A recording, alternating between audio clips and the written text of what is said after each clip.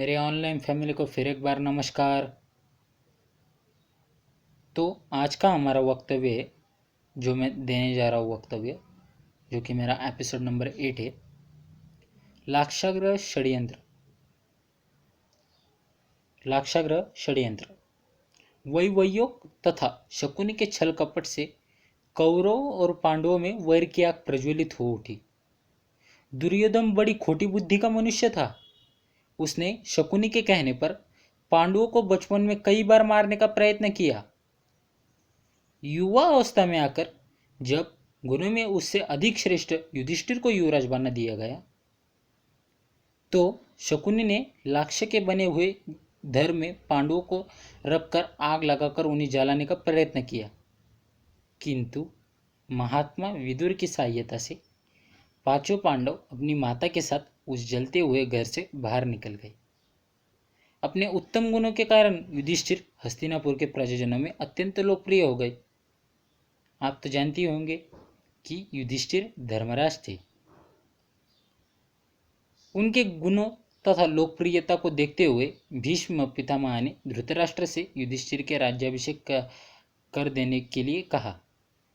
दुर्योधन नहीं चाहता था कि युधिष्ठिर राजा बने, अतः उसने अपने पिता धृतराष्ट्र से कहा, पिताश्री, यदि एक बार युधिष्ठिर को राज सिंहासन प्राप्त हो गया तो यह राज्य सदा के लिए पांडवों के वंश का हो जाएगा और हम कौरवों को उनका सेवक बनकर रहना पड़ेगा। इस पर धृतराष्ट्र बोले, वत्स दुर्योधन, युधिष्ठिर हमारे कुल के संतानों में सबसे बड़ा है, इसलिए इस राज्य पर उसी का अधिकार है। फिर भीष्म पितामह तथा प्रजाजन भी उसी को राजा बनाना चाहते हैं। हम इस विषय में कुछ भी नहीं कर सकते। धृतराष्ट्र के वचनों को सुनकर दुर्योधन ने कहा, पिताश्री, मैंने इसका प्रबंध कर लिया है, बस आप किसी तरह पांडवों को वारणावत भेज दें। अब सुनिए दोस्तों, दुर्योधन ने वारणावत में पांडवों के निवास के लिए पुरोचन नामक शिल्पी से एक भवन का निर्माण करवाया था, जो कि लाख, चर्बी, सूखी घास, मंजू जैसे अत्यंत ज्वलनशील पदार्थों से बना था। दुर्योधन ने पांडवों को उस भवन में जला डालने का षड्यंत्र रचा था, वो भी शकुनी के कहने पर। धृतराष्ट्र के कहने पर युधिष्ठिर अपनी माता तथा भाइयों के साथ वारणावत जाने के लिए निकल पड़े।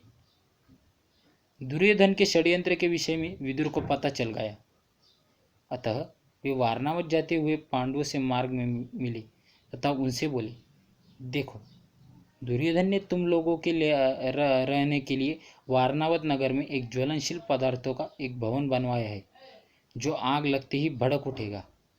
इसलिए तुम लोग भवन के अंदर से वन तक पहुंचने के लिए एक सुरंग अवश्य बनवा लेना, जिससे कि आग एक सुरंग अवश्य बनवा लेना जिससे कि आग लगने पर तुम लोग अपनी रक्षा कर सको। मैं सुरंग बनवाने वाला कारागिर चुपके से तुम लोगों के पास भेज दूंगा।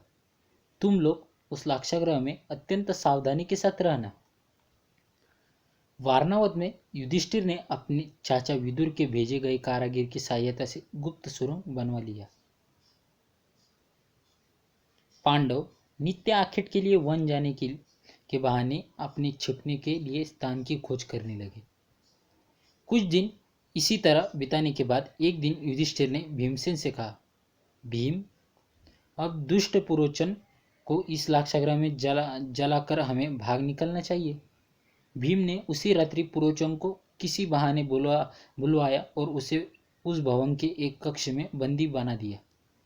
उसके पश्चात भवन में आग लगा दिया और अपनी माता कुंती एवं भाइयों के साथ सुरंग के रास्ते वन में भाग निकले। उसके बाद बहुत दिन वो हस्तिनापुर लौटे नहीं। यह सबको लगा कि वो मर चुके हैं और इन लोगों ने उनका श्राद्ध भी मना लिया। तो सुनिए, आगे सुनिए आप। लाक्षागृह के भस्म होने का समाचार जब हस्तिनापुर पहुंचा तो पांडवों को मारा समझकर वहां की प्रजा अत्यंत दुखी हुई। प्रजा में एक असुष्टुता छा गई। लोगों को लगने लगा कि अब दुर्योधन युवराज बनेंगे, अब अन्याय होगा हम पर, क्योंकि सभी को पता था कि दुर्योधन किस स्वभाव का इंसान है, मनुष्य है। दुर्योधन और धृतराष्ट्र सहित सभी कौरवों ने भी शोक मनाने का दिखावा किया। वो जानते थे, धृतराष्ट्र तो जानता ही था कि अगर पांडव मर गए तो मेरे पुत्र दुर्योधन को युवराज बना दिया जाएगा और वो राजा बन जाएगा। अंत में उन्होंने पांडवों की अंत्येष्टि करवा दी।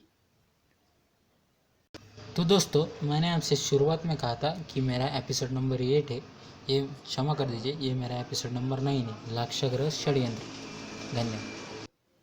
आपकी इस पर क्या राय है, हमें कमेंट बॉक्स में कमेंट कर ज़रूर बताएं।